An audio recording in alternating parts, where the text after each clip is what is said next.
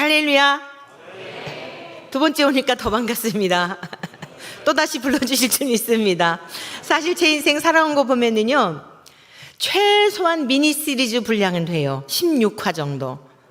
1일극은 해야 되는데, 사실 목사님이 지난번 단회에 한 번 불러주셨을 때 특집 방송이었거든요. 근데 지금 이게 특집 방송이 2부로 늘어난 거예요. 할렐루야.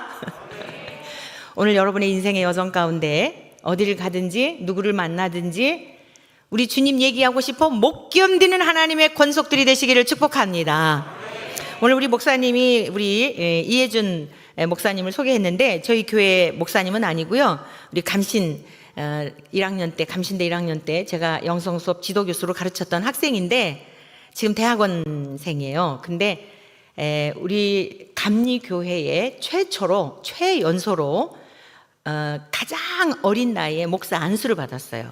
지금 24세인가? 맞아요. 24세인데 군목인데요. 작년에 입법회의에서 이게 제도가 바뀌었어요. 원래 군목하려면은 대학원을 졸업을 해야 하는데 타 교단에 비해서 불합리한 게 많다 이래가지고 입법총회에서 바뀌어가지고 군목 합격하고 대학원 가면은 안수를 받게 되었는데 최연소 목사 안수를 받게 됐어요. 그래서 감신대에서 1학년 때부터 지도했던 학생인데 계속 집이 오산이거든요. 섬기는 교회도 달라요. 근데 매주 금요일마다 상계동까지 2-3시간씩 와서 특별한 일이 없을 때 와가지고 말씀을 가장 기초적인 것부터 열심히 배웠는데 오늘 이렇게 오고 싶다고 그래가지고 또 보니까 섬기는 교회 또 집사님들까지 오셨어요. 할렐루야. 기쁨으로 환영합니다. 네, 고맙습니다. 그리고 또 우리 간반연에 계신 유재훈 목사님도 오셨어요? 유재훈 목사님도 오셨나요? 네, 오늘 모시고 싶다 그래가지고 그랬는데 아무튼 감사합니다. 여러분 모두를 환영합니다. 우리 이구일 목사님에게서 정말 온유하시고 평소에 보면은 참 말씀도 조용하시고 안전하신 분인데 지난번 그때 한 7월인가요? 언제 우리 감리교 바로 세우기 연대 실행위원들 MT가 있었어요. 그때 이제 우리 목사님이 하시는 말씀이 신학교 동기들과 함께 그 홈커밍 데이를 했는데 은사님들을 모시고 그런 시간이 있었대요. 그러니까 이제 연세도 있으시고 거의 우리 감리교단에 다 중견 이상의 목회를 하시는 연배나 여러 가지 면에서 그렇겠죠. 그러한 자리에 스승님을 모시고 모인 자리니까 얼마나 엄숙하고 또 즐거운 시간이겠습니까? 그런데 목사님께서 이런 말씀을 하셨다 그래요. 스승님들 앞에서, 동기들 앞에서. 저는 신학교 때 배웠던 역사 비평이라든가 고등 비평이라든가 이 성경을 이렇게 다 난도질하는 거예요. 신학교를 들어가게 되면 그냥 인간 중심의 그런 소견을 이것이 진리로 대체가 돼가지고 그렇게 우리가 이제 가르침을 받았거든요. 그러면서 제가 유학을 가보니 이것이 잘못되었다는 것을 깨달았습니다. 그래서 제가 이런 걸 다 버렸습니다. 자유주의 신학이라든가 다원주의 이러한 사상에 근거한 신학들은 잘못된 것임을 저는 충격을 받으며 유학을 갔는데 오히려 여러분 이 서구 사회라든가 물론 뭐 학교마다 학풍이 있기 때문에 다르겠지만은요, 굉장히 우리가 생각할 때는 그들이 더 막 자유주의적이고 이런 것 같지만은 목사님이 가신 학교에서 보니까 성경을 기본으로 하여 신학을 가르치시더라는 거예요. 그래서 내가 그동안 배웠던 것이 잘못되었구나라는 것을 깨닫고 다 버렸습니다. 그랬다는 거예요. 여러분 그 분위기, 싸한 분위기가 상상이 되십니까? 그 스승님들을 다 존경하는 제자들이 모여서 축하하는 자리이고 기뻐하는 자리인데 선생님들이 가르쳐 주셨던 그 가르침에 문제가 있었습니다. 성경에서 벗어난 것들이 너무나 많아서 그것 가지고 목회할 수가 없었고, 유학을 가서 그것은 어떻게 가르치나 보니까 이 성경을 기본으로 하여 모든 신학이 성경의 기초가 되어 가르치고 있는 것에 충격을 받고 내가 잘못 가르침을 받았다는 것에 대하여 다 버렸습니다. 옆에 있는 동기들이 어땠겠어요? 쿡쿡 찌르고 눈짓을 하고 막 그랬겠죠. 야, 너 여기서 왜 잘난 척하고 그래? 은사님 앞에서 뭐 이랬지 않겠어요? 그런데도 담대하게 선포하셨대요. 할렐루야. 제가 목사님의 그 말씀을 듣는데 잠언 25장 13절의 말씀이 생각났어요. 충성된 사자는 그를 보낸 이에게 마치 추수하는 날에 얼음 냉수 같아서 능히 그 주인의 마음을 시원하게 하느니라. 여러분, 티끌에 불과한 이 미말의 종이 그토록 마음속에 안타깝게 여기던 우리 지금 신학 강단에 진리가 훼손이 되고 주님의 이름이 능멸을 당하고 많은 기독인들이 있는 것 같지만 오히려 주님의 이름을 빙자하여 내 영광과 육신의 야망을 채우는 이러한 시대가 되어도 울 줄 모르는 이 시대에 목사님의 그 신앙의 정절을 가지고 아닌 것은 아니다라고 선포하는 것에 얼마나 시원한 마음을 가졌는지, 야, 미말의 종의 마음도 이렇게 시원한데 우리 주님 마음은 얼마나 시원하실까? 오늘 밤 제가 우리 이구일 목사님이 동기들 앞에서 은사님들 앞에서 주의 마음을 시원하게 했던 것처럼 오늘 이 자리에서 우리 주의 마음을 시원하게 해드리는 충성된 사자가 되기를 간절히 소망합니다. 네, 이제 전편 못 들으신 분들을 위해서, 네, 그러면 전편을 다시 하게 되면은 들었던 분이나 안 들었던 분이나 똑같으니까 3가지만 간략하게 말씀드리겠습니다. 제 인생에 가장 싫어하는 거 3가지가 있었다. 시골에 사는 것이었다. 그런데 시골에서 반주자로 와서 봉사해달라고 제 나이 꽃다운 20세 때 성도님들이 40일 동안을 철회하면서 박 선생의 마음을 감동해 주셔요. 우리 교회 반주자가 없시오. 교사도 없시오. 우리는 저 유급으로 돈 주고서 읍내에서 반주자를 데려올 수도 없시오. 박 선생 마음 움직여 주셔서 반주 좀 하게 해주셔요 하고 성도님들이 40일 동안 돌아가면서 기도한 까닭에 40일째 되는 날 오라고 한 것도 아닌데 제가 서울에서 시골에 내려가 그러한 내용을 알게 되고, 하나님을 이 불순종하면, 하나님이 혹시 저를 쓰시려고 하는데 불순종하면 내 인생에 뭔가 꼬일까 하는 두려움 때문에 하나님을 사랑한다고 입술로는 앵무새처럼 고백했지만 아무런 열매도 없는 것을 회개하며 순종하고 울면서 억지로 갔다 그랬죠. 그런데 거기서 주님을 만났어요. 할렐루야. 싫어하는 것에 울면서 순종했을 때에 그것이 죽음이었더라고요. 여러분들에게도요, 죽음을 꼭 통과해야 할 게 있어요. 이것만큼은 못 내려놔요. 내 새끼 이것만큼은 못 내려놔요. 남편, 돈, 여러분에게 무엇인가 포기할 수 없는 것 있어요. 이 밤 저녁 십자가에 못 박으시기를 축원합니다. 제 인생의 방향이 달라졌고 주인이 달라졌어요. 목적이 달라졌어요. 여러분 예수님을 믿으신다면, 정령 믿으신다면, 주님이 여러분 안에 계신다면 인생의 방향이 달라지고 목적지가 달라지고 가치관이 달라지고 살아야 할 이유가 달라지는 줄로 믿습니다.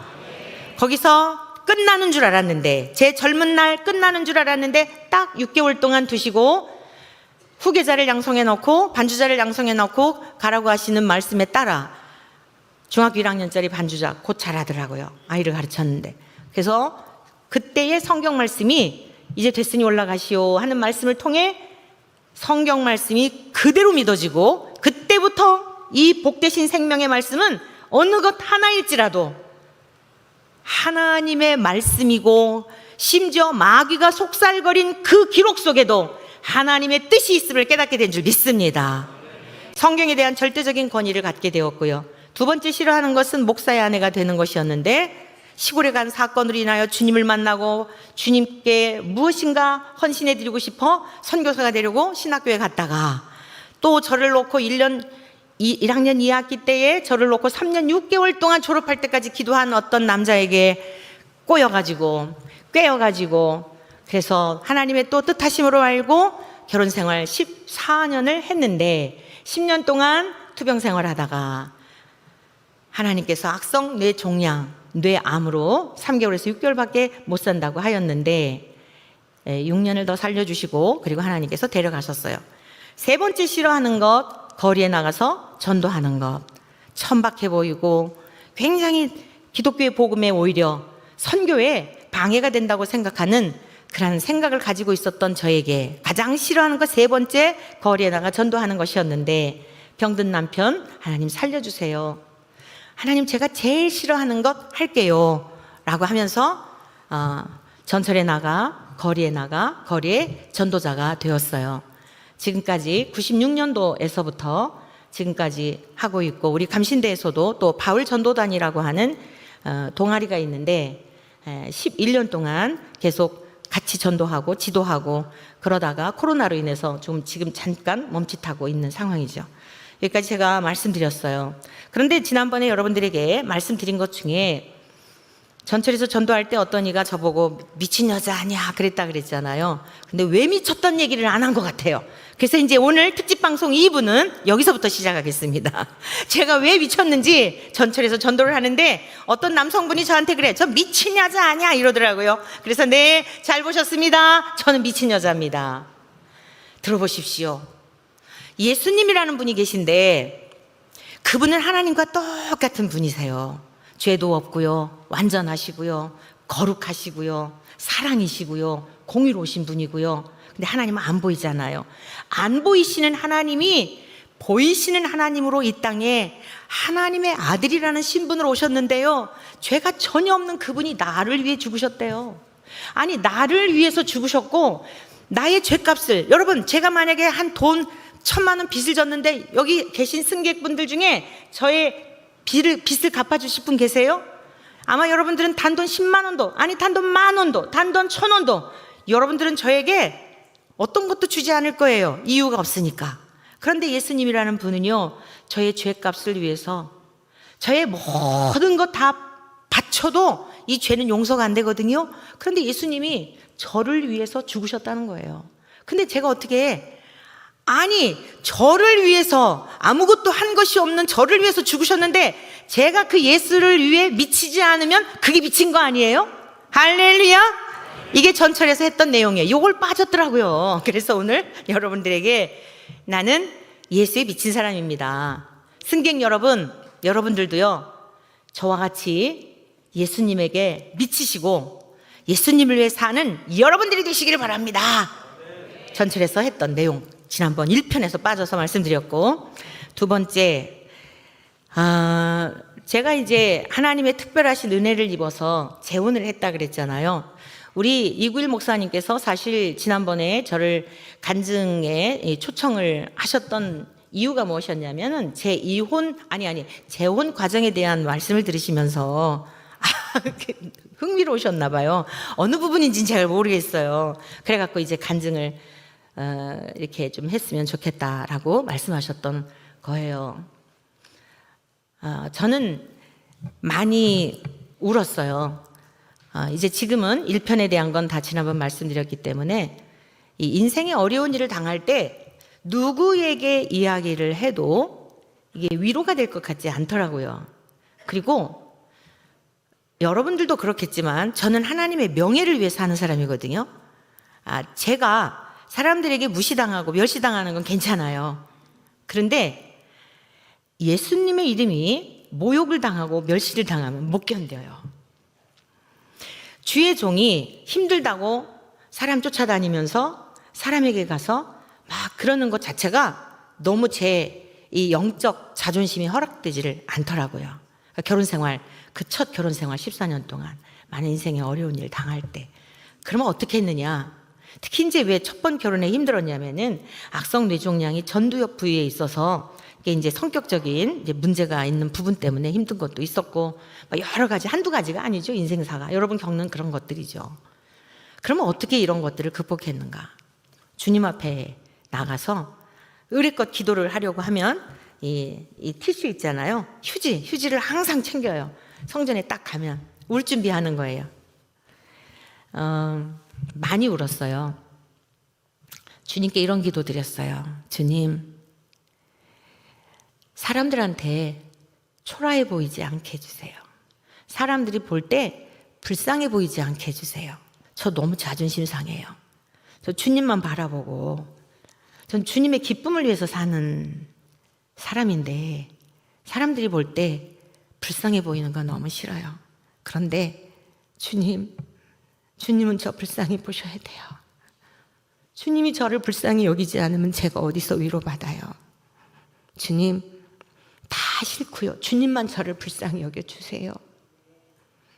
그리고 주님, 제가 흘린 눈물이 보석이 되게 해주세요. 진주가 되게 해주세요. 슬픔 당하는 이들에게, 고난 당하는 이들에게 앞서 살아보니 이유가 있더라. 뜻이 있더라. 하나님이 좋으신 분이더라. 그들을 세울 수 있고 위로할 수 있도록 제가 흘린 눈물이 자기 연민에 빠져서 내 슬픔에 그런 거 말고 내 눈물을, 시편 기자가 그랬잖아요. 주의 병에 담으소서. 제가 흘린 눈물이 어떤 이의 치유가 되고 어떤 이의 상처에 어루만짐이 되는데 그들도 주님의 위로를 경험할 수 있게 해주세요 하고 많이 울었어요. 정말 절망적일 때가 언제였냐면요, 올해 비가 굉장히 많이 왔죠. 1998년도 2월에 고 김기서 목사님이 돌아가셨는데 8월에 100년 만에 오는 비, 이번에 내린 폭우처럼 상계동 쪽에 그렇게 많이 왔어요. 중랑천 바로 근접해 있는데 비가 얼마나 많이 왔는지요. 주차장에 들어서니까 여기 배꼽 정도까지 물이 차더라고요. 우리 교회는 지하예요. 남편은 가고 우리 두 딸하고 교회 권사님과 전도사님하고 강원도에 전도 여행을 갔었어요. 그리고서는 새벽 5시 반쯤에 교회에 도착했는데 교회 앞에 와보니까 이미 물이 다 잠긴 거예요. 여러분, 주차장에 배꼽 정도였다고 한다면 상상이 안 되실 거예요. 경험해보지 않은 분들은 이해가 안 돼요. 여러분, 이번에 그 물이 막 지하 주차장으로 해서 죽기도 하고 이랬잖아요. 다 본 것처럼 이해가 돼요.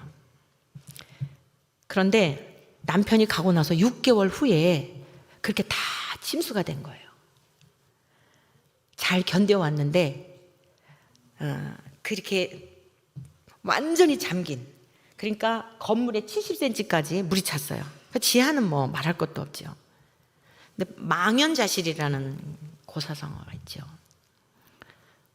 너무 비참하고 부끄럽더라고요. 세상을 사는 게 부끄럽더라고요. 그때 제 나이 40이었는데 사람들이 나를 어떻게 볼까?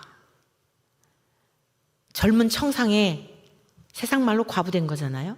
초등학교 4학년 딸, 중학교 2학년 딸을 데리고 그 지하 교회를 남편의 뒤를 이어서 목회를 하던 중에 6개월, 남편이 가고 나서 6개월인데 그때 다 침수가 돼서 밖에서 이러고 우산을 쓸 수가 없어요. 빗방울이 얼마나 강한지 그냥 이게 살대가 부러질 정도로 강한 비, 그 밖에서 그냥 비를 맞으면서 너무너무 부끄러운 생각, 박복하다. 나는 왜 이렇게 복이 없을까? 나는 왜 이렇게 저주받은 인생인지, 인생의 고난이 이럴까? 그 세차게 내리는 비가 너무 좋더라고요. 빗물인지 눈물인지. 그리고 이제 그때 주님께서 제게 음성을 들려주셨어요. 다시 시작하라. 여러분, 다시 시작하십시오. 이 우산을 받들고 써 있는데 다시 시작하라.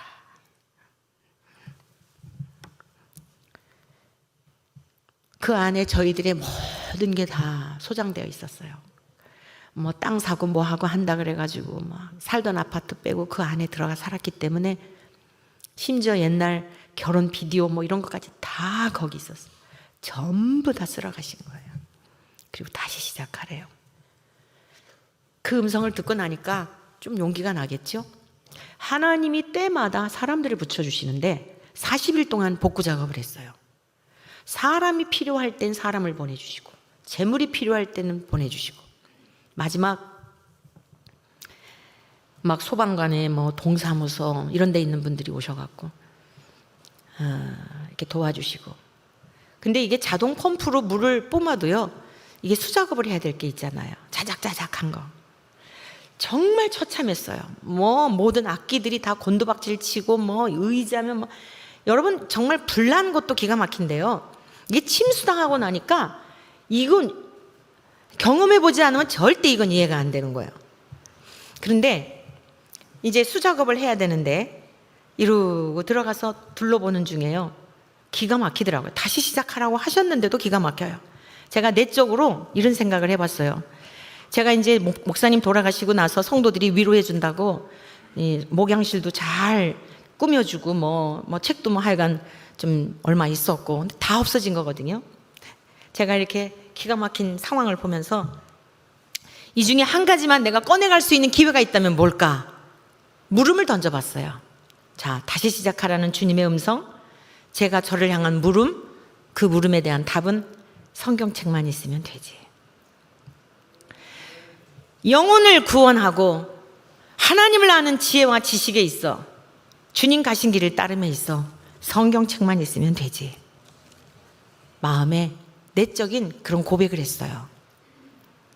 공부를 할 만큼 중학교 졸업하고 학교를 안 보내줬다고 그랬잖아요. 한이 맺혀가지고 그냥 여기저기 다니면서 하여간 어지간히 그냥 배우려고 그랬더라고요.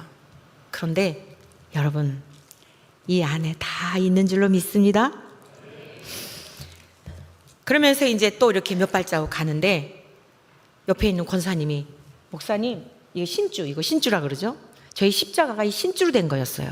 이 신주로 된 것이 곤두박질 쳐 있는 거예요. 목사님 이건 신주로 돼 있어가지고 닦으면 쓸 수 있겠는데요? 그러더라고요. 그때 제가 그래요 권사님 십자가만 갖고 갑시다. 여러분 제 인생 40세 때 하나님께서 다 남편도 데려가시고 다 쓸어 가셨는데 다시 시작하라는 주님의 음성과 성경책만 있으면 된다라고 하는 주님 앞에서의 고백과 십자가만 갖고 가자. 십자가만 붙들고 가자. 여러분이 십자가가 뭐지요? 저와 여러분들의 죄와 허물을 다 담당하시고 갈기갈기 찢겨 돌아가신 주님을 말씀하는 거 아니겠어요? 그래, 주님의 고난의 십자가, 앞으로 내 인생 남은 여생 주님이 가신 그 길, 십자가의 길, 그 길만 갑시다 라고 하는 제 나름대로의 해석이었어요. 자, 이렇게 하면서 이제 인생을 씩씩하게 나름대로 살게 되었는데 오늘 여러분들에게 우리 성가대 참 죄송하잖아요. 성가대 이제 주일날 낮에만 성가대를 하시는데 이 성가대들의 성가대 이 찬양 이 발표도 되지 않은 신곡을 오늘 처음 이제 여러분들에게 발표하는 거예요. 근데 이거를 불러주세요. 강사가 부탁을 하는 게 얼마나 힘들어요. 그런데요, 오늘 이 말씀을 제가 왜 아가서 2장 10절의 말씀과 함께 아가서 2장 10절에 있는 말씀 14절까지 내용을 가지고 작사 작곡을 하게 되었고 오늘 인생에 많은 고난이 있었는데 이 고난을 이기게 된 힘이 된 거예요. 그래서 이것을 내가 반드시 이 곡을 만들어 버리라 이랬거든요. 1990년도였어요. 성도 여러분, 목회자들의 마음을 잘 모르실 거예요. 개척할 때였는데 이 목사님과 성도님들은요, 저 문 밖을 예의주시해요. 예배 시작할 때까지. 강단에 서서도요, 보여야 될 얼굴이 안 보이잖아요. 오늘은 왜 안 왔지? 시험 들었나? 그런데 목사님만 그런 게 아니고요, 이 사모님은 예배 드리기도 전에 지치는 거예요. 개척할 때 1990년도에 남편이 저 한 사람을 앉혀놓고 예배를 드리기 위해서 준비를 하는데 성도님들을 기다리느라고 예배도 드리기 전에 지치더라고요. 성도들이 안 오는 모습에 지치더라고요. 전주부터 쭉 쳐주세요. 여러분 여기 보면 띠리리 띠리리 새 있다는 표가 나와요. 전주 부분. 너무너무 마음이 힘들었어요. 성도들을 사모하는 마음이 주님을 사모하는 게 아니고 성도들이 왜 안 오지? 시험 들었나? 예배도 드리기 전에 지쳤는데 결심을 했어요. 내가 지금 누구에게 예배를 드리는 거야? 하나님께 예배를 드려야 되잖아. 그래, 성도들이 오든지 말든지 나 한 사람 예배자가 되자. 할렐루야. 그랬는데요, 갑자기 하늘에서 주님이 내려오시는 모습이 보여지는 거예요. 목사님이 아가서 2장 10절을 읽는데, 나의 사랑 나의 어여쁜 자야, 일어나서 함께 가자. 이 말씀을 읽는데 공중에서 주님이 저를 향해, 여러분을 향해, 나의 사랑 나의 어여쁜 자야, 일어나서 함께 가자. 힘들었지? 겨울 지났어. 혹독한 추위 다 지났어. 됐어. 이제 얼마나 힘들었니? 그래, 내가 이 날을 기다렸다. 같이 가자.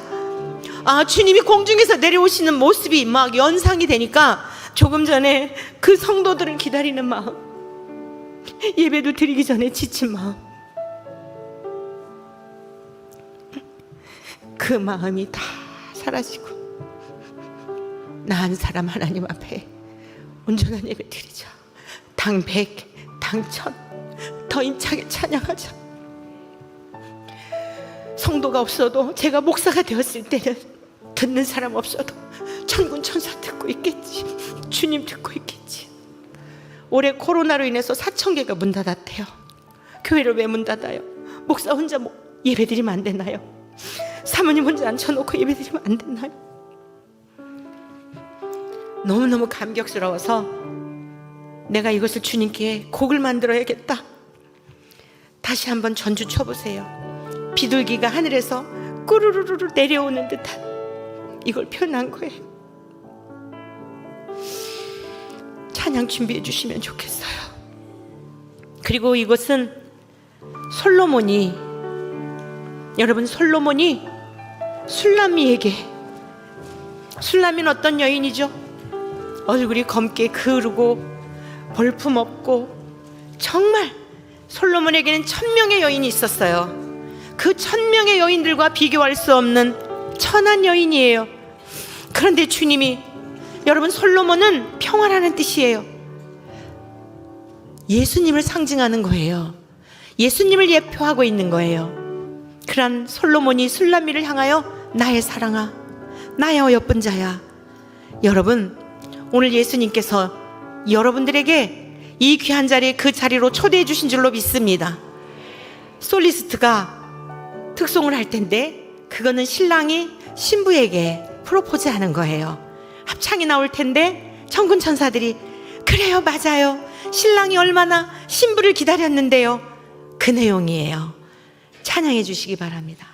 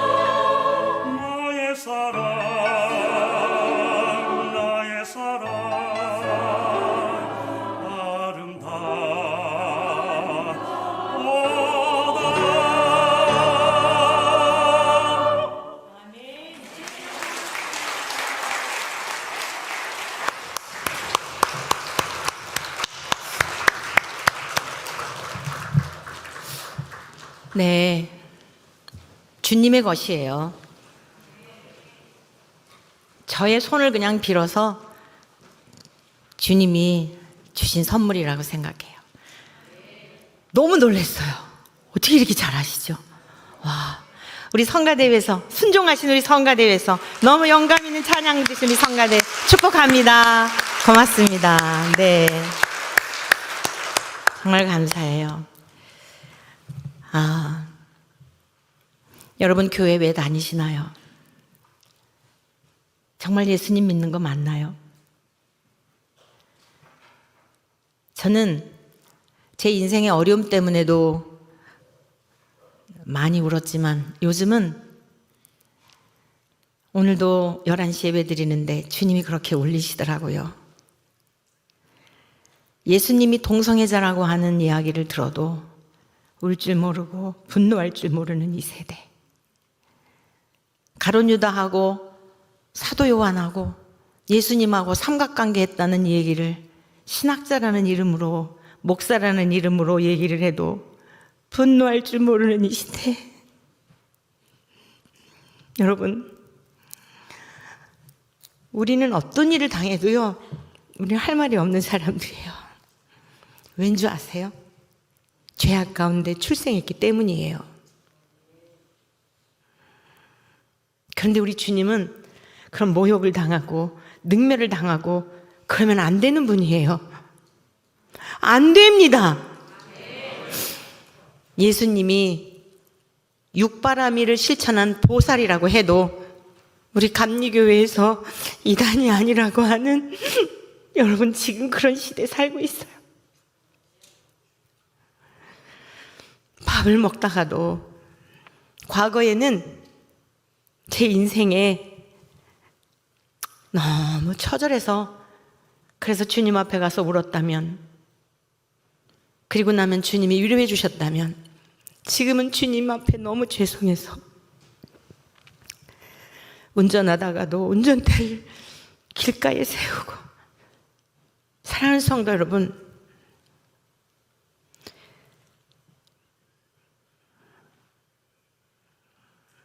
우리의 슬픔은 슬퍼할수록 슬픔 가운데 빠져요. 잘 기억하세요. 여러분의 슬픔을 묵상하면 묵상할수록 슬픔 가운데 빠져요. 이제 여러분의 슬픔 때문에 우는 자들이 아니라 여러분의 슬픔은 주님께 맡기고, 여러분의 외로움과 고독에 대한 거 말하지 않아도 주님 다 아세요. 여러분, 이제 그것 때문에 허우적거리지 마시고 하나님이 이 시대를 향하여 우리를 부르신 그 부르심이 무엇인지에 대해, 여러분, 주님의 이름이 능멸을 당하고 모욕을 당하고 짓밟히는 것에 대한 고통을 저와 여러분들이, 이 목사님이나 저나 소수의 목회자들이 느꼈다면, 이제는 이 교회 성도님들이, 오늘 이 말씀을 듣는 이들이 깨어나기를 소망합니다. 제가 너무나 인생에 어려운 일을 경험하면서 재혼에 대한 이야기 했잖아요. 정말 하나님께서 허락하신 가정이 이런 걸까? 이건 아닐 거야. 질병 속에, 고통 속에, 경제적인 어려움 속에 많은 성도들에게 다 나중에 세월이 지난 다음에서야 이야기하였지만, 형제들에게도 그러하였지만, 정말 이루 말할 수 없는 그런 고통 중에, 그래서 저는 천국을 동경하는 줄 알았어요. 나의 사랑, 나의 어여쁜 자야, 일어나서 함께 가자. 오늘의 이 노래를, 곡을 만들고 주님께 바치고, 그리고 내가 너무 힘드니까 천국을 소망하는 줄 알았어요. 그리고 정말 하나님이 주신 가정이 이런 걸까? 진짜 가정은 어떤 걸까? 마음의 소망을 갖고, 내가 설교할 때 은혜 받는 사람 결혼하는 첫 번째 조건이라 그랬죠. 지난번에 그 뒷이야기를 안 했는데, 여러분, 이것은 무엇을 뜻하는 것이었느냐면, 같은 방향을 보고 같은 한 길을 가는 그 사람을 만나기를 원했던 것이에요. 나에게 무슨 은혜를 받고 내가 여성이니까 어떤 남자에게 억눌린 거에 대한, 차별받으며 살아온 거에 대한 분노를 표출하기 위해서 집에서 남편을 군림하는, 남편 위에 군림하는 이런 것이 아니라, 정말 진리의 말씀을 붙들고 생명의 길을 가는, 함께 그 유업을 나눌 수 있는 그 남편을 만나면 좋겠다. 이전에 남편도 물론 진리를 추구하고 신실하게 살려고 하였지만 주님이 뜻하지 않게 데려가셨으나 이제 나에게 왜 이 고난의 시간을 통하여 이 고난의 터 위에 무엇을 원하시는 것일까? 그러면 어떤 가정을 이루어야 할 것인가? 에 대한 주님 앞에 기도를 하면서 가졌던 것이 바로 설교할 때에 은혜를 받는 사람, 즉 한 방향을 가기를 원하는 사람을 만나기를 원했던 것이에요. 우리 주님이 가신 그 길을 따라가며 고난의 길, 십자가의 길일지라도 이 말뜻을 알아듣는, 목회자임에도 불구하고 말귀를 못 알아듣는, 그래서 어디를 가든지 진리를 말하면 잘난 척한다고 그러고 너만 목사냐 그러고 비아냥거리고 비웃는 이 시대에 당연한 것인데, 예수의 복음을 전하면 당연한 것인데 그러한 것들을 듣기 싫어하고 멸시하고 조롱하는 이 시대에 적어도 내 남편만큼은 하나님의 말씀, 생명의 말씀을 붙들고 그 길을 가기를 원하는 그 남편을 원했던 거예요. 그런데 하나님께서 그거 구했는데 그 외에도 생각한 것보다 훨씬 다른 여러 가지들을 다 위로해 주셨어요. 그래서 제가 초년에 너무 어려워서 천국을 사모하는 줄 알았는데, 여러분, 더 바랄 것이 없는 좋은 남편을 주셨는데도 나의 사랑, 나의 여분자야, 일어나서 함께 가자. 겨울 지나고 비도 그쳤고 지면에는 꽃이 피어 요한계시록에 나오는 새하늘과 새 땅을 말하는 거예요. 여러분들의 인생이라고 하는 것은 인류의 종말만이 아니라 개인의 종말이 있음을 명심하시길 축복합니다. 올해 유난히도 많은 장례를 치렀어요. 갑작스럽게 죽은 사람들이 너무도 많아요. 여러분, 이것이 우리의 인생임을 기억하시기를 바랍니다. 우리의 목적지는 이 땅이 아닌 것을 명심하시기를 축복합니다. 지금 우리는 진리가 너무나 훼손된 시대에 살고 있다는 말씀이에요. 내 귀에 듣기에 좋은 소리를 들려달라고 요청하는 시대에 살고 있단 말이에요. 목회자들은 그 말이 하나님의 말보다도 더 힘있게 들려져서 이 강단에서 들려져야 할 선포, 하나님의 말씀을 선포하지 못하는 시대가 되고 있다는 말씀이에요. 그러한 시대에 하나님 앞에, 은사들 앞에서도 아닌 것은 아니라고 말할 수 있는 주의 종을 모시고 살아가는 여러분들, 무엇을 더 바라겠습니까? 여러분들은 복 있는 자들의 복 있는 자들인 줄로 믿습니다. 좋은 부모를, 감사해요. 여러분의 담임 목사님을 위해서 격려와 감사의 박수를 올려드립시다. 목사님 감사합니다. 정말 고맙습니다. 진리의 길로, 생명의 길로 끝까지 잘 인도하시도록 여러분 기도해 주셔야 돼요. 무슨 기도하시냐면, 주님, 주일날 우리 목사님을 통해서 우리가 들어야 할 말씀을 들을 귀를 열어주시고, 목사님은 우리 눈치 보지 말고 하나님의 말씀을 말씀대로 전하도록 성령님이시여 우리 목사님에게 담대함을 주십시오. 눈치 보느라고 하나님 눈치 보지 못하는 그러한 목회자가 되지 않도록, 지금까지 너무나 잘해 오셨는데 오늘 식사하면서 이 목회, 우리 목사님의 목회의 방침에 대한, 그러면 그렇지, 주님께서 아무데나 아무나 만나게 하시지 않지, 그러면 그렇지. 여러분, 토요일마다 아이들을 모아서 어려서부터 이렇게 성경 암송으로, 프로그램이 아니라 매주 토요일마다 성경을 암송을 하고, 오늘 찬양팀도 찬양 시작하기 전에 먼저 말씀으로 고백을 하고, 여러분, 이런 교회 많지 않아요. 정말 여러분들은 복 있는 사람들인 줄로 믿습니다. 오늘 우리 허 목사님 따님이, 허준 목사님 따님이 담비라 그래요. 집에 가서 이러더래요. 아빠, 그 목사님, 우리 담비 왔어요? 담비 어디 있을까? 담비 왔어요? 손 들어봐봐. 할렐루야. 이 시대에 써와 같이 귀한 딸로 쓰임받을지어다. 아, 우리 담비를 위해서도 축복합시다. 아오, 담비가 그러더래요. 목사님이 말씀하시는 게 귀에 쏙쏙 들어와, 그러더래요. 아니, 저 10살짜리가 64세 한 많은 인생을 살아온, 아니, 이 여인의 얘기가 쏙쏙 들어온다면 어쩐 일이요 이거. 아, 이거 어떡하라고 이런 것이요 이게. 여러분, 한 성령 안에서 한 분 성령님을 우리가 교통하고, 한 말씀을 믿고 한 분 하나님을 섬기기 때문에 통하는 거예요. 저는 너무 안타까운 마음이 있어요. 예체능 게 뭐 신유빈, 탁구, 신동 막 이러잖아요. 뭐 현정아, 뭐 김연아, 뭐 손흥민, 막 천재들 보면 열광하죠. 전 종교라는 단어를 싫어하는데, 여러분, 왜 구태여 용어를 빌린다면 종교적 천재는 안 나옵니까? 여러분의 자녀들이, 여러분의 손주들이 어렸을 때부터 하나님의 말씀을 달달달 외우고 쿡 찌르기만 하면 하나님 이야기가 나오고, 쿡 찌르기만 하면 여러분 징징대는 게 아니라, 이 유튜브에 손에 이 중독이 되어 있는 아이들이 아니라 얼굴이 광채가 나고 하나님의 딸들로서, 하나님의 아들로서 여러분이 서산제일교회에 이런 인물들이 나오게 될 줄로 믿습니다. 17년 동안 우리 목사님이 아이들을, 우리 어린이들을, 학생들을, 청년들을 말씀 중심에서 목회를 하셨다는데 정말 제가 너무너무 감동을 받았고 더 존경심을 갖게 되었어요. 이게 교회의 본질이에요. 생각해 보실까요? 여러분, 병원에 가는 이유가 뭐죠? 병원에 가는 이유는요, 병원에 가는 이유는 병 고침 받기 위해서 가요. 학교에 왜 가십니까? 지식을 습득하기 위해서 가요. 여러분, 김밥집 가는 이유가 뭐죠? 김밥 먹으러 가는 거예요. 김밥집에 가서 회 내놓으라고 하는 사람은 정신 나간 사람이에요. 그런데 이 땅의 교회들 안에 정신 이상한 사람들이 너무 많단 말이에요. 교회는요, 교회의 주인이 되시는 주님이 높임을 받으시고 영광을 받으시고, 교회의 주인이 되시는, 아니 이 세상 만물의 주가 되시는 하나님이 어떤 분인지를 배우고, 우리가 얼마나 악한 죄인인지에 대하여 이 말씀 앞에 조명을 하여 철저하게 우리의 죄와 허물을 위해 죽으신 예수님의 십자가의 못을 받고 예수로 말미암아 사는, 새 생명을 얻은 자답게 사는, 여러분, 이것이 교회가 해야 할 일이라는 말씀이에요. 교회 안 다닌다 하더라도 잘 먹고 잘 사는 사람 수두룩한 거예요. 오늘 여러분들이 교회 나오신 목적이 무엇입니까? 잘 먹고 잘 살고 무엇인가 팔자 고쳐보려고 한다면 여러분들은 이 교회는 피곤하게만 할 거예요. 여러분의 교회에 다니는 목적이 달라지고 인생의 방향이 달라지시기를 축복합니다. 교회를 다니는 목적은 내 인생의 주인 되시는 하나님을 예배하고 하나님의 이름을 영화롭게 하기 위한 데 목적이 있다는 사실이에요.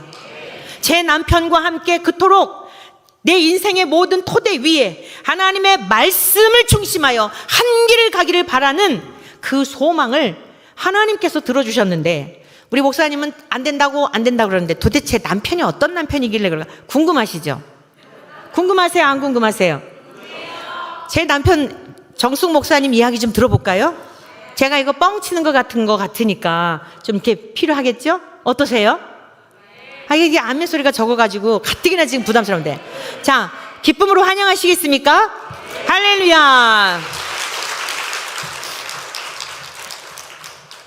주님께서 목사님을 통해서도 이 시대에 사별한 사람, 이혼한 사람, 굉장히 가정들이 많이 해체가 됐어요.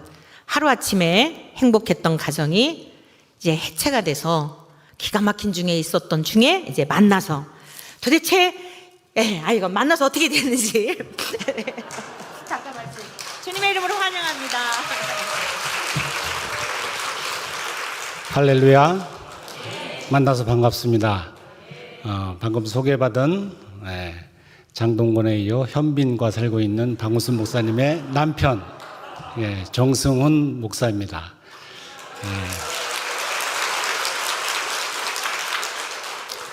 참 큰 교회, 진짜 수천 명 되는, 제 교구만 해도 수백 명이 되는 그런 교구의 부목사로 사역하고 있다가 하나님의 뜻하신 바가 있어서 가정을, 틀을 흔드시더라고요. 여러분, 시편 한 11편 3절을 한번 보시기 바랍니다. 지금 한번 찾아보시죠.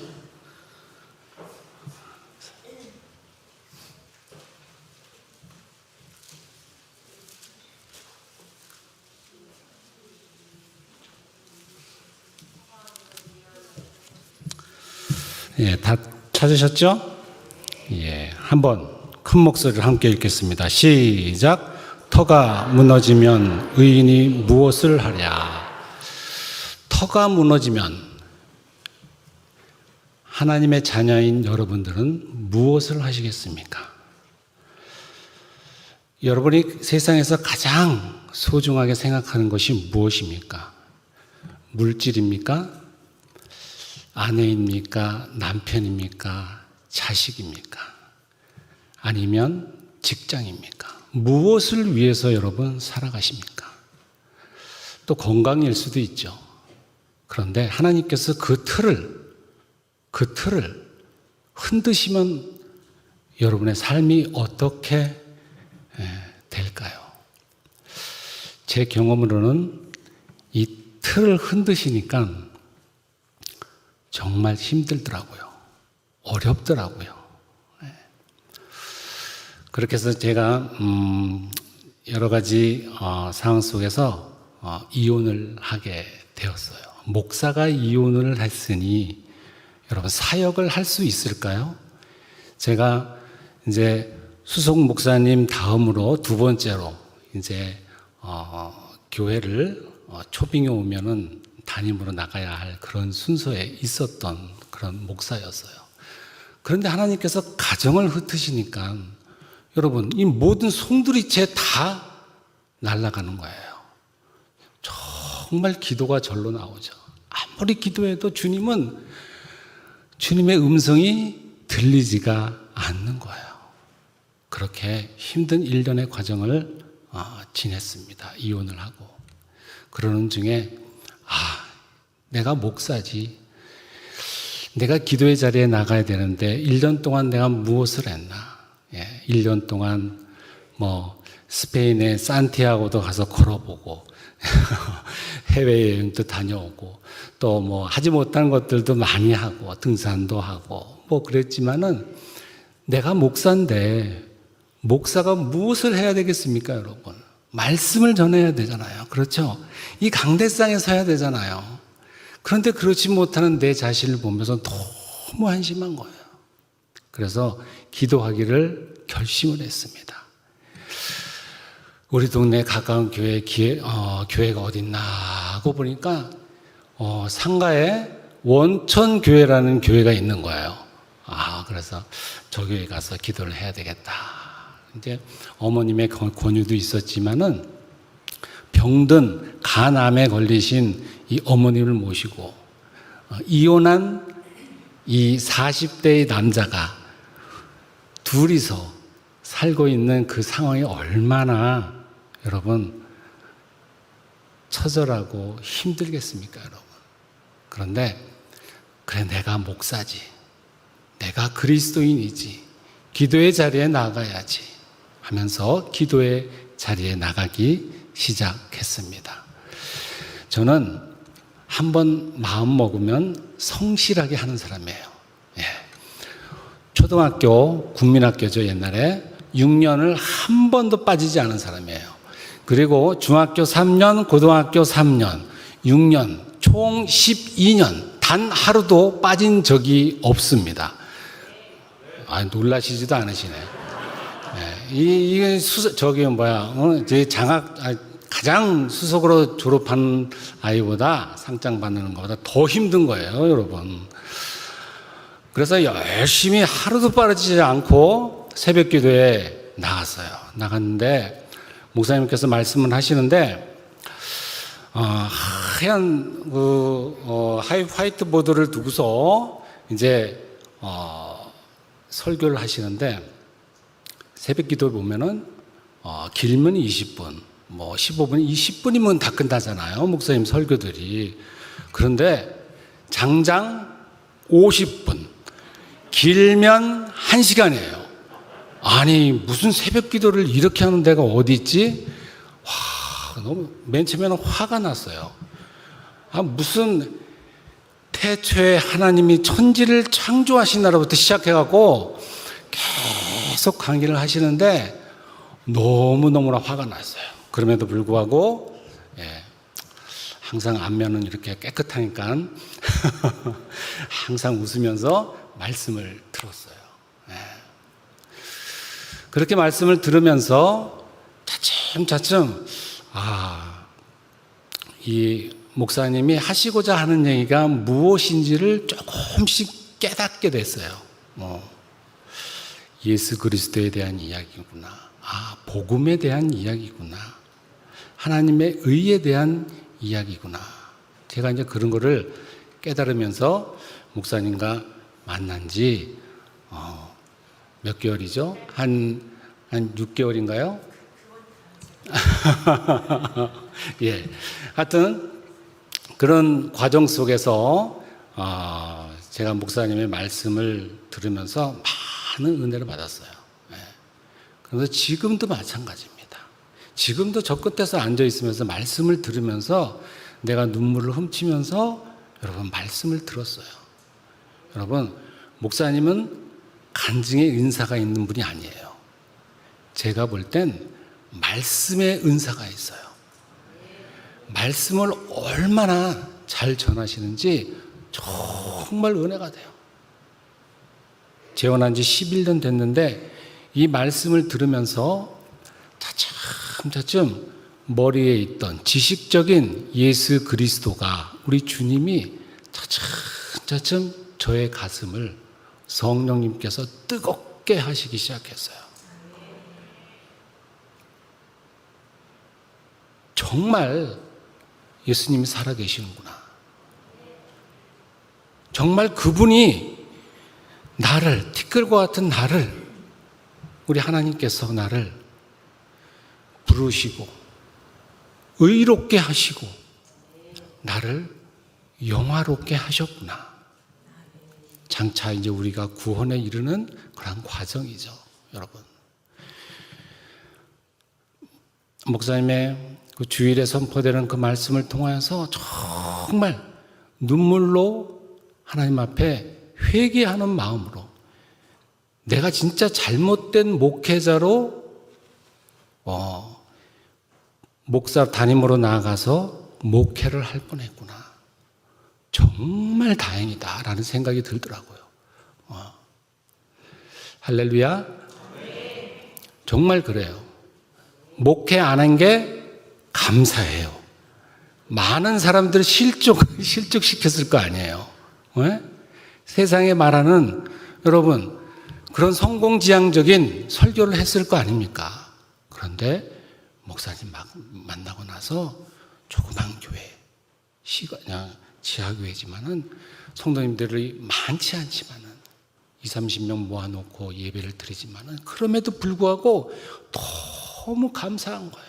한 영혼 한 영혼 그 목사님이 사랑하는 그 성도님들의 그 사랑하는 그 마음이 하나하나 읽혀지면서 제 삶도 바뀌어지기 시작했어요, 여러분. 정말 말씀이 말씀대로 들려지기 시작했습니다, 여러분. 그래서 요즘은 너무 감사해요. 감리교회잖아요. 그렇죠? 그런데 우리 장로회, 저는 광나로 장로회 신학대학교 나왔어요. 통합 측이잖아요. 우리 통합 측은요, 감리교를 교단으로 여기지 않을 정도로 굉장히 진보적인 교단이잖아요. 한신과 함께 마찬가지예요, 감리교도. 그런데 그런 사람이, 여러분, 제가 장로교 스토를 가지고, 여러분, 감리교 교인들이 다 인정해주고 목사로서 대우를 해주면서, 여러분, 성례전과 오늘도 오전에 제가 말씀을 전하면서 하나님 앞에 너무 감사했어요, 여러분. 정말 티끌과 같고 정말 먼지와 같은 이 영혼을 하나님께서 세우시고 하나님께서 말씀을 선포할 수 있는 자격을 주심에 너무 감사했어요, 여러분. 노모와 함께 우리 어머님이 한 5년 전에 이제 소천하셨는데, 정말 이혼하고, 여러분, 아무 사역지도 없는 그런 상황 속에서 어머니가 돌아가셨어 봐요, 여러분. 어떻게 됐을까요? 장례식장이 어떻게 될까요? 썰렁해도 너무 썰렁했을 거예요. 그런데 목사님과 또 재혼을 하고 나서 우리 목사님이 또 어머님을 잘 모시고 함께 있으면서 정말 이 며느리에 대한 어떤 이 편견을 다 치유받고 소천하셨어요. 얼마나 감사한지 몰라. 저는 그거 하나만으로도, 여러분, 목사님께 평생 가방 들고 다녀도, 운전만 하고 다녀도 저는 정말 감사해요. 그런데 이렇게까지 또 갑작스럽게 부르셔갖고 아무 준비도 안 하고 아무 생각도 없이 말씀을 전하게 되었습니다. 하여튼 여러분, 하여튼 감사드리고, 정말 예수 그리스도 우리 주님 여러분 잊지 마시고 하나님이 여러분을 부르셨다는 거 여러분 꼭 잊지 마시기를 바랍니다. 의롭게 여기셨다는 거. 할렐루야. 네, 이상 내려가겠습니다. 감사합니다.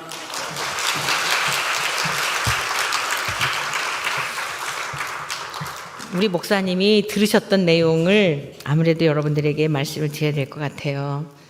저희가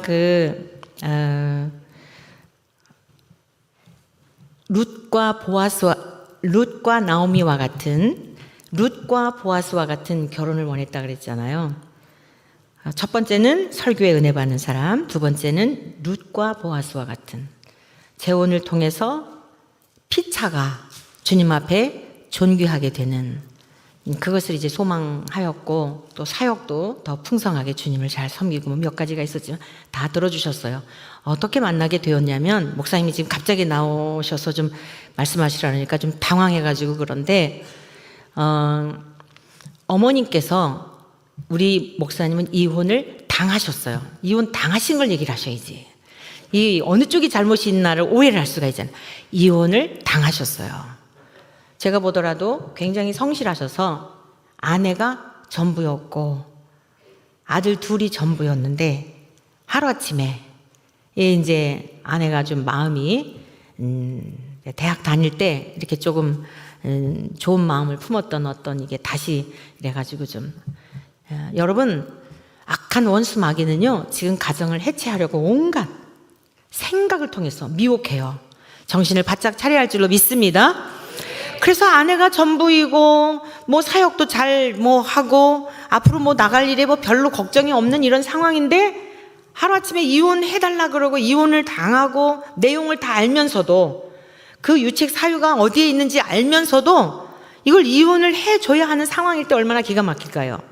미국에서 20년 동안 사셨던 시어머님은 또 이제 아들이 이렇게 혼자 돼 있는 것을 보니 내버려두면은 큰일 나겠다 싶어가지고 영주권도 다 포기하시고 오시게 되었대요. 근데 어머님에게 있어서 굉장히 상처는 간 경화를 한 20여 년 동안 계속 앓으셨고 이게 간암이 돼서 미국에서 이 영어를 하더라도 병원 생활이 제일 힘들다 그래요. 그 시고모님께서 간호사이신데 그거 항상 신우한테 병원 데려다 달라는 것도 미안하고 하니까 한국으로 가야겠다 이런 생각을 가지셨대요. 그래서 내가 한국으로 가겠다라고 한국에 전화를 했더니 이전에 자부님께서 어머니 한국에 오시는 날은 우리가 이혼하는 날인 줄 아세요. 이렇게 이제 뭐 어떤 또 이유가 있겠죠. 그쪽의 이야기를 들으면. 그러니까 어머니에게는 거부당한 것에 대한 상처가 굉장히 크셨던 거예요. 그래서 이제 한국에 돌아올 걸 포기했는데 어느 날 이혼을 당했다고 하니까 아들을 보필하기 위해서 다 포기하시고 들어오신 거예요. 정말 기가 막힌 상황이었던 거죠. 그래서 지방으로 방을 얻어야 되나 이러고서는 이제 알아보던 중에 아들을 지방으로 막 그냥 그러면 더 아들을 안 되겠더래요. 무리가 되더라도 월세로 우리 교회 주변에 그 작은 어머님, 시작은 어머님이 계신데 그쪽으로 이사를 오시게 된 거예요. 어머님이 저희 교회에 새벽 기도회를 나오셨었어요. 몇 번. 은혜를 받으셨나 봐요. 저에게 우리 아들이 사역을 하다 쉬고 있는데 지금 사역을 위해서 준비 중에 있다. 여기까지 얘기를 하신 거예요. 제 속으로는 또 복음도 없는 목사가 어디 또 교회 그래가지고 또 얼마나 지옥 보내려고 이 마음이 들어서 어느 날 보니까 다 여성분들이었는데 보니까 남성분이에요. 저분이 그 권사님 아드님인가 보다. 그래갖고 화이트보드에다가 태초에 하나님이 천지를 창조하시니라. 하나님이 누구신가? 예수님이 누구신가? 성경은 무엇인가? 성령은 누구신가? 기초적인 거 있죠. 그것을요 정말 1시간 가까이 새벽 시간에 그것도 하루 이틀도 아니고 그리고 뻔히 알잖아요. 여기 다 여성들 너댓분 그것도 여러분들처럼 많이 모인 게 아니고 여성들 너댓분에 자기가 처음 왔으니까 어머니를 통해서 목사라는 거를 제가 알고 있다고 알지 않겠어요? 그러니까 뭐 나들으라는 거야? 그리고 얼마나 기분이 나빴겠어요. 그런데 계속 화가 나도 저는 화난 건 몰랐어요. 그 얘기 오늘 처음 하시네요. 화가 나도 그 자리에 계속 앉아서 듣다 보니까 저에게는 제가요, 언제 재혼을 했냐면은, 그 언제야? 11년 전에 했어요. 아무튼 11년 전에 했는데 2월 말에 2월 29일인가 8일인가 그 짧은 날 있잖아요. 3월 1일 날 필리핀에 집회를 가기로 되어 있는데 그 2월 마지막 날 꿈을 꿨어요. 꿈을 꿨는데 무슨 꿈을 꿨냐면 어떤 여인이 뒤에 어떤 남성이 집을 깨끗이 청소해 놓고 앞에 나와 있는데 그 여인이 저를 보고 우리 집 장손인데 이혼을 했다는 거예요. 꿈이 너무 구체적이잖아요. 이상하다. 너무 선명하고 구체적이어서 필리핀에 가가지고 무슨 신랑감을 만나려나? 이러고서는 필리핀에 갔는데 필리핀에 노총각 목사님들이 많더라고요. 근데 그건 아니더라고요. 저에게 관심을 보죠. 하기사 뭐 어디를 가든지 관심 못 받겠어요, 제가. 네. 근데 그건 아니고, 그리고 이제 돌아왔는데 목사님이 새벽 기도회를 2월부터 새벽 기도회를 나왔대요. 근데 저는 4월 1일 날 월상 예배를 드려요. 그러니까 한 달 정도를 이제 계속 이렇게 목사님이 교회를 2월, 3월 이렇게 이제 나오시고 정확하게 알게 된 건 4월 1일이에요. 4월 1일 월삭 기도회를 드리는 날은 6시에 드려요. 전교인이 다 모여서 식사하고 출근을 해요. 그런데 그날은 굉장히 멀쑥하게 차려입고 그리고서 이렇게 6시에 예배드리고 끝나고 바로 가지도 않고 그리고 식당으로 또 쑥 들어가는 거예요. 근데 항상 저기 앉아있는 모습은 이렇게 그냥 자신 없는 모습이고, 여러분 안 그랬겠어요? 그리고 새벽에 머리도 안 감고 이러고 다 오잖아요. 하여간 목사님은 뭐 굉장히 외모에 대해서 자신감이 있는데 제가 볼 때는 굉장히 추리해 보였거든요. 네. 그런데 그날은 멀쑥한 거예요. 그리고서는 너무 자신만만한 거예요.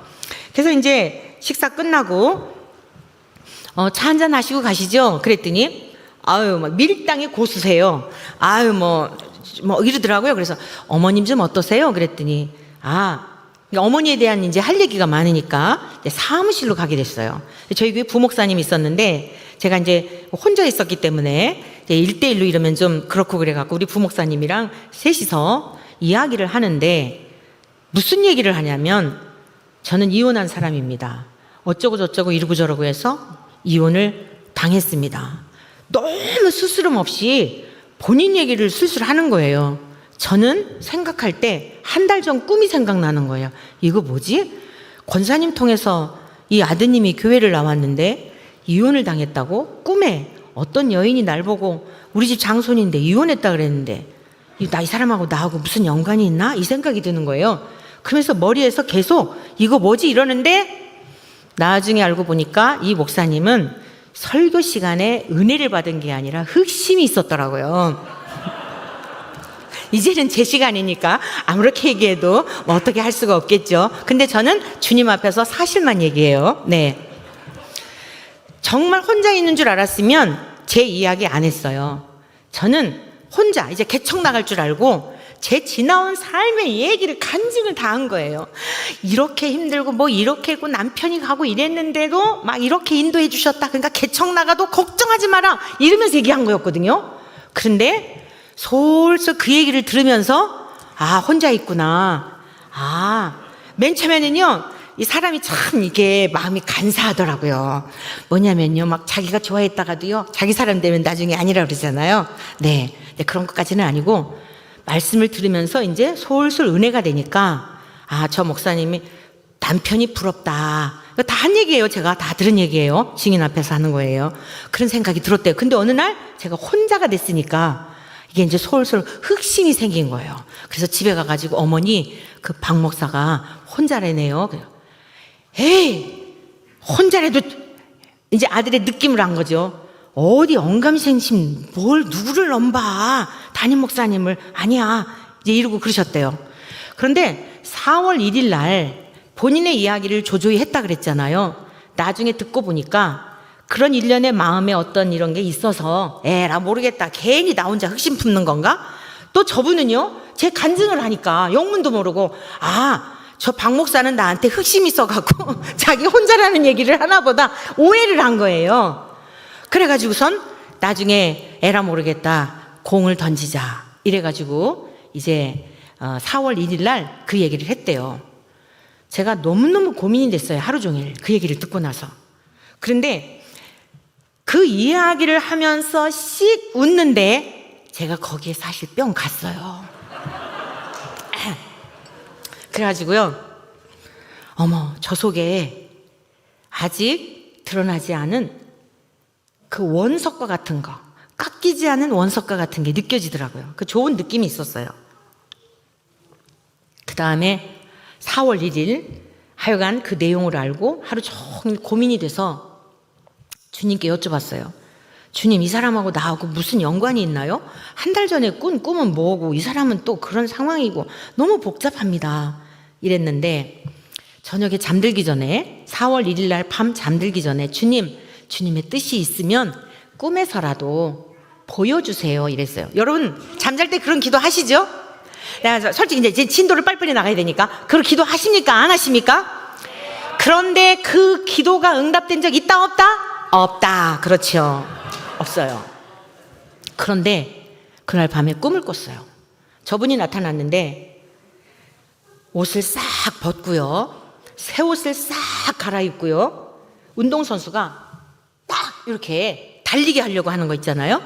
딱 이러는 거예요. 그런데 그 등판에 손흥민 이렇게 써 있잖아요. 백석 이렇게 써 있는 거예요. 꿈이 너무 구체적인 거예요. 그래서 4월 2일 아침이 됐어요. 더 고민이 되는 거예요. 주님, 이게 무슨 꿈입니까? 4월 1일 하루 동안에 고민을 했어요. 주님, 이게 주님의 뜻하심이 있으면 말씀해 주세요. 그랬더니 저녁 나절에 해석이 됐어요. 아니, 백석이 뭐지? 네이버 검색을 했더니 이게 흰돌이더라고요. 버가모 교회에 그 사단의 회에 있었던 자가 진리의 말씀을 붙들고 이긴 자에게 주시는, 받은 자만이 아는 흰돌이라고 하는 승리의 표식인 그 징표를, 네이버를 검색해보니 이 사람이 백석대학 나왔나? 나이를 보니까 그건 아닌데? 이러면서 나중에 보니까 이게 성경의 계시록에 나와 있는 흰돌이었더라고요. 그래서 해석이 되는 거예요. 지금 고난 중에 있지만 하나님께서 잘 견디면 승리케 하신다는 약속이니까 본인이 꿈을 꾸면은 이거를 그냥 안 믿을 거니까, 내가 이 교회 담임이니까 하나님이 나에게 이 꿈을 보여주셨나 봐. 이래가지고 그럼 이걸 얘기를 해야지. 4월 3일 그날 이제 4월 3일이 됐는데 이걸 얘기를 해줘야 되는데 가만히 생각하니까 이 사람이 안 오면 어떡하지? 제 마음에 흑심이 있었던 거예요. 그래 보니까 연락처도 없고 권사님 연락처도 없고 어떡하지? 조급한 생각이 드는 거예요. 하룻밤 자고 나서 해석이 되고 난 3일날 이제 보니까 그 시간에 그 자리에 온 거예요. 그래서 목양실에 가가지고 얼른 메모지에다가 목사님 드릴 말씀이 있으니까 기도 끝나고 저 좀 보고 가세요. 이러고 메모지에다가 썼는데 가만히 생각하니까 그냥 갈 수도 있네. 이거 내 연락처에도 적어놔야지. 이러고서는 이 기도 예배 시간 전에 이렇게 기도하잖아요. 불 이렇게 꺼놓고 시작 전까지 성경책을 이렇게 갖다 놨더니요, 나중에 고백을 들어보니까 이거를 얼른 감췄대요. 속에 이제 흑심이 있으니까 다른 성도들이 볼까 봐서. 그래가지고 이거를 얼른 감추고서는 급한 마음에 집으로 간 거예요. 보지도 않고. 그래서 이제 집에 가가지고 어머니한테 이걸 딱 보니까 그 내용인 거예요. 이 집안은요, 조상적부터 아침 시간에 새벽 시간에 정찬을 차려놓고 밥을 잡수시는 집안이에요. 아들이 새벽 기도 갔다 오기를 기다리고 아침 식사를 다 차려놨는데 아들이 이 얘기를 하는 거, 어머니 박 목사가 2차 저차에서 보자네요. 그랬더니 이제 전화가 온 거예요. 아들 얼른 가봐 이래가지고 이제 전화가 왔어요. 제가 교회에 있으니까 시간 괜찮으시면 오세요. 그래가지고 본격적으로 4월 3일 날 이야기를 하게 됐어요. 그러면서 제가 왜 오시라고 했냐면 그 꿈 얘기를 해줬어요. 그랬더니 아니 근데 왜 남의 몸을 허락도 없이 봐요? 이러는 거예요. 나는 정말 순수한 마음으로 그냥 본 그대로 얘기를 했는데 막 너무 민망한 상황이면서 굉장히 사람이 위트가 있다는 생각이 드는 거예요. 본인이 이러더라고요. 목사님, 솔직히 말해서 저는 목사님에게 좋은 생각을 갖고 있습니다. 목사님 괜찮다고 생각하시면 교제해 보시면 어떻겠습니까? 할렐루야. 여러분, 용기 있는 자가 누구를 차지한다? 용기 있는 자가 누구를 차지한다? 아, 이 동네 잘 모르나 봐요. 용기 있는 자가 믿음 있는 자를 차지한다. 저는요, 여러분, 우리 모두가 그렇게 다 염치 없는 사람들이에요. 사실이요, 그때 상황에 병든 노모님의, 암에 걸리신 노모님의 정말 이혼 당한 목사가, 여러분, 기가 막히잖아요. 현실을 바라보면. 그런데 무엇에 매력을 느꼈을까요? 나이 그때는 물론 제가 50대였어요. 저보다 4세 연하입니다. 네, 4세 연하예요. 네. 40대였어요. 저 목사님은. 형편을 생각하지 않고 저는 하나님이 중매해 주셨다고 믿어요. 그래가지고 이제 저도 그런 이야기를 했어요. 목사님, 제가 한 달 전에 이런 꿈을 꾸었었는데 하나님의 뜻이 어디 있는지 저도 계속 여쭈었던 그런 상황이 이런 꿈을 꾸게 되었습니다. 그러면 같이 함께 교제를 해보죠. 이렇게 해가지고 교제가 시작이 된 거예요. 4월 1일 내용을 알게 되고 결혼을 언제 했을까요? 네, 언제쯤 했을 것 같으세요? 알아맞혀 보세요. 대략 몇 월에 했을까요? 예? 역시 남자분들이 센스가 있으세요. 5월 9일 날 했어요. 기획위원을 했어요. 기획위원회, 오늘 기획위원회 하셨다 그랬는데 제가 결혼을 하겠습니다. 결혼 발표를 하니까 다들 어떤 분인데요. 아, 목사님 좀 재혼하시려면 목회에 도움이 되는 분에게 좀 하시지. 뭐 병든 노모님의 가진 것도 없고 뭐 또 이혼하신 분이라는데 인간적으로 보면 악조건이잖아요. 기획위원회에서 그런 얘기를 하는 거예요. 여러분, 왜 그렇게 생각하세요? 대기업의 유능한 인재는 돈 주고 스카우트 해오는데 그분이 고난을 통해서 훈련받은 게 그 가치가 얼마인데 우리는 돈도 들이지 않고 어차피 제가 밥 먹는 거 숟가락 하나만 더 얹어놓으면 되는 건데 뭐 지금 손해보는 일이라고 그러십니까? 이랬더니 아무 얘기 못하는 거예요. 두 번째, 그거 왜 이렇게 서두르십니까? 그 5월달은 너무 빠르지 않습니까? 여러분, 젊은이들이 왜 결혼하는지 아세요? 헤어지기 싫어서 결혼한대요. 제 마음이 그 마음이거든요. 다 뒤집어지고 난리가 났어요. 참 사랑에 빠지면 철이 없어지는 것 같아요. 여러분, 천국에는 가정이 없어요. 천국엔 남녀가 없습니다. 남녀의 관계를 통하여 천국에서 사는 것을 배우는 거예요. 목사님의 모습을 보면서 인간적으로 보면 정말 저에게 프로포즈 할 수 있는 그런 게 아니에요. 목사님도 저한테 그러더라고요. 아이, 천천히 교제하면서 이러더라고요. 근데 만약 그때 빨리 하죠 이랬으면 도둑 X죠. 저한테 천천히 교제해보세요. 그러면서 또 뭐랬는지 아세요? 뒷얘기가 중요한 거야. 근데 말이죠, 결혼 날짜를 정하는데 저희 미국에 계신 고모님이 5월 달에 들어오셔갖고 그리고 일본에 계신 이모님이 5월 달에 들어오시는데 중순경에 다시 돌아가실 것 같거든요. 무슨 얘기예요? 아니, 미국에 계시고 일본에 계신 이모님, 고모님이 오시는데 5월 중순에 가시니까 그 앞에 하자는 거잖아요. 할렐루야. 지혜가 있어야 돼, 지혜가. 돈은 없어도요, 오늘 여기 청년, 남녀 많은데 세상은 돈으로 사는 게 아니에요. 믿음으로 사는 줄 믿습니다. 그래서 제가 가만히 보니까 이분을 배려해 드려야겠더라고요. 그래서 적극적으로 5월 9일 날 결혼하겠습니다. 어머님도 제가 굉장히 궁금했던 게 뭐냐면요, 그리스도인의 가정들, 안 믿는 사람들이 이 시자가 들어가는 싫어서 시금치도 안 먹고 시청 앞도 돌아서 다니고 시편도 안 읽는데요. 그런데 이게 정말 그리스도인들이 맞는 건가? 정말 시부모님하고 사는 게 힘든 건가? 이런 의문이 있었거든요. 그러니까 제가 그런 걸 경험을 안 했으니까 설교는 얼마든지 할 수 있잖아요. 그래서 이번 기회에 어머님을 모셔보면서 말씀이 정말 나오미와 룻과 같은 관계가 가능한지 얼마나 좋아요. 테스트할 시간이잖아요. 저 자신에게도. 그래서 어머니하고 이제 저희가 결혼한 2년인가 얼마 살던 중이었는데 어머니가 만삭이 되셨어요. 이 복수가 차셔갖고 곧 돌아가시겠더라고요. 병원에서도 뭐 거의 소망 없는 이야기를 하고 간암으로 이제 말기가 되어서. 그래서 어머니가 너희들 행복하게 살라고, 그리고 또 중년에 이제 만났기 때문에 초년이 아니고 하니까 같이 사시는 것 자체가 굉장히 마음이 어려우셨겠죠. 저에게 짐을 주는 것 같고 목회에도 도움이 안 되는 것 같고 생각이 많으신 분이라서 고사를 하시더라고요. 제가 강력하게 모셨어요. 5년 가까이 모셨는데, 곧 돌아가실 줄 알았는데 5년 가까이 살게 하셨어요. 저희 어머니가 그 거부당하셨다 그랬잖아요. 예전에 그 거부당하신 거, 나 때문에 아들이 이렇게 불행하게 된 건 아닌가.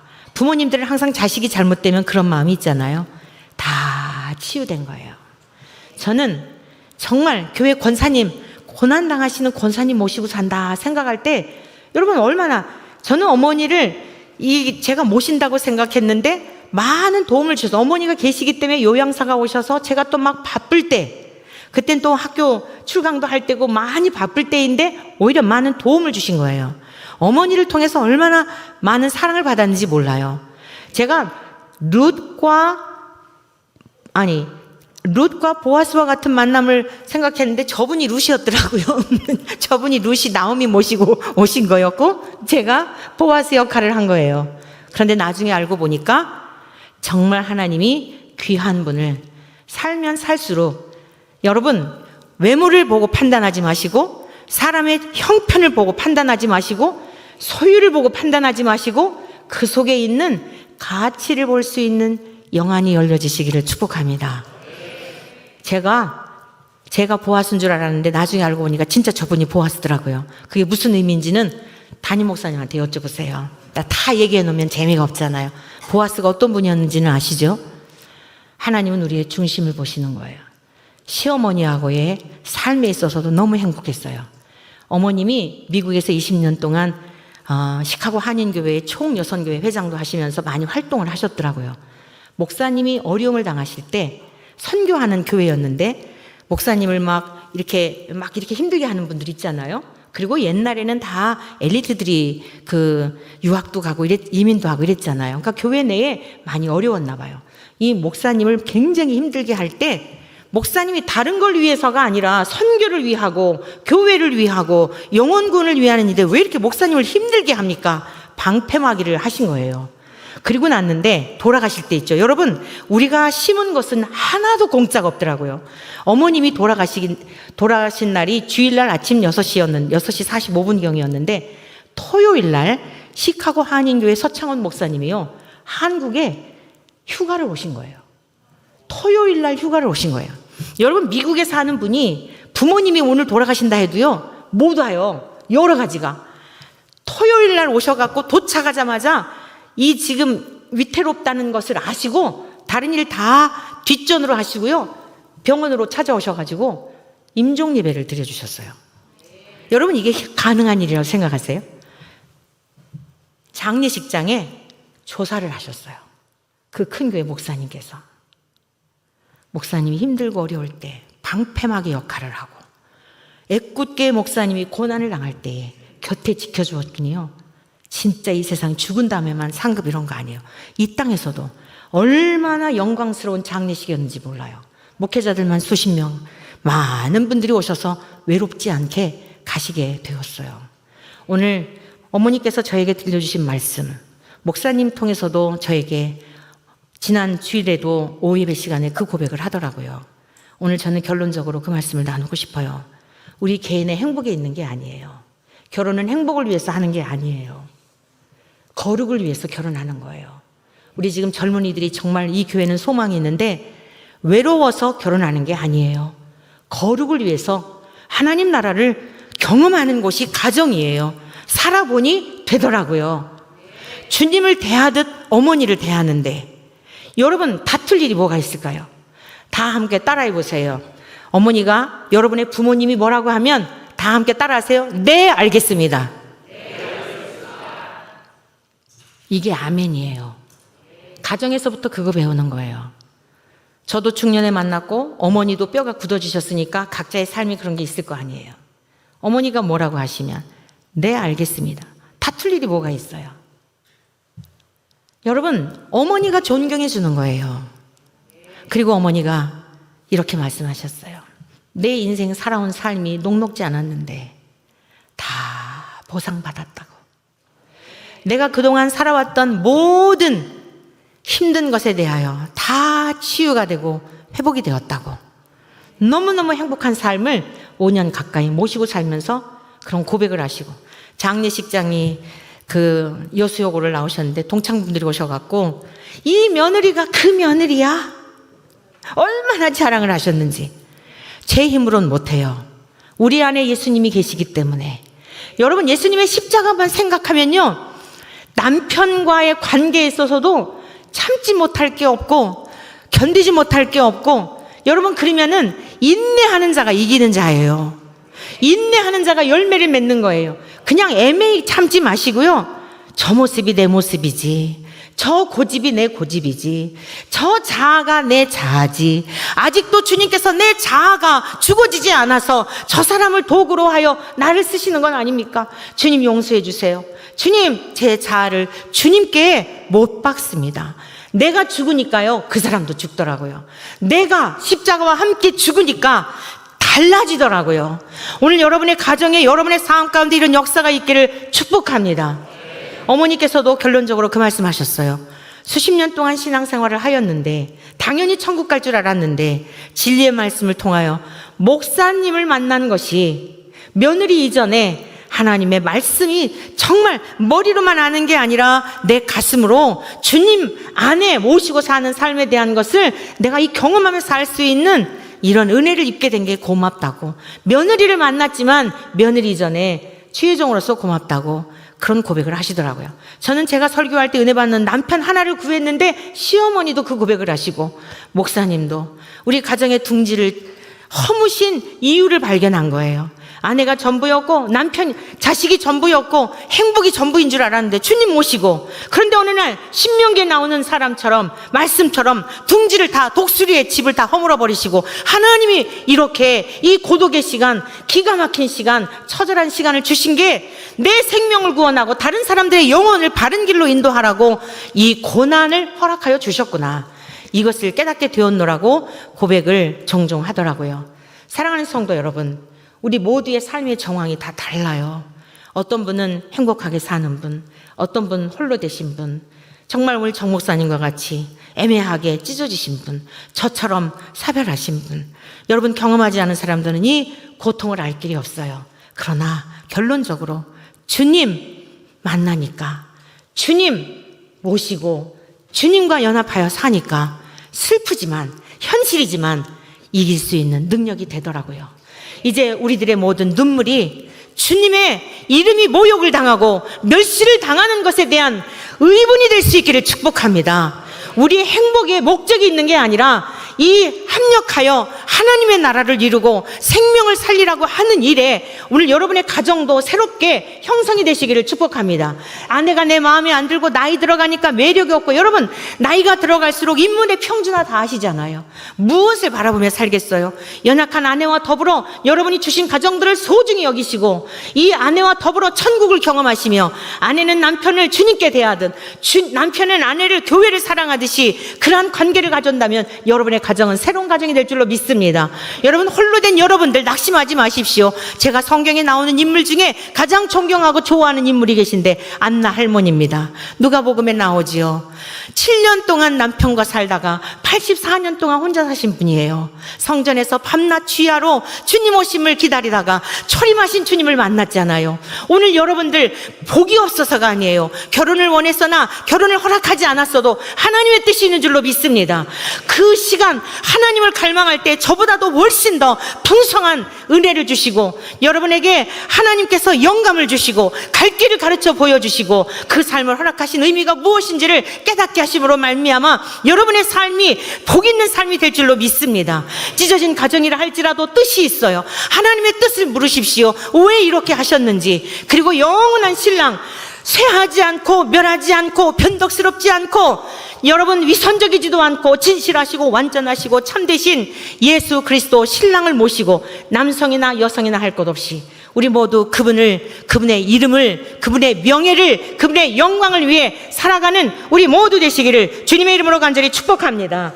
이 시간 우리가 함께 평화의 노래 이 노래는 2002년도에 이라크에서 전쟁이 났을 때에 9시 뉴스를 보면서 너무너무 마음이 슬퍼가지고 이 가사를 쓰고 곡을 만든 거예요. 지금 러시아와 여러분 우크라이나의 전쟁 이거 예사롭지 않아요. 여러분 한 치 앞을 내다볼 수 없어요. 우리의 행복 그거 언제 깨질지 몰라요. 여러분 우리가 가진 재물 언제 날아갈지 몰라요. 주님 모시고 살면 빼앗을 자가 없는 줄로 믿습니다. 오늘 우리 지나온 날 삶을 돌아보십시다. 자기 연민에 빠져 있지는 않았습니까?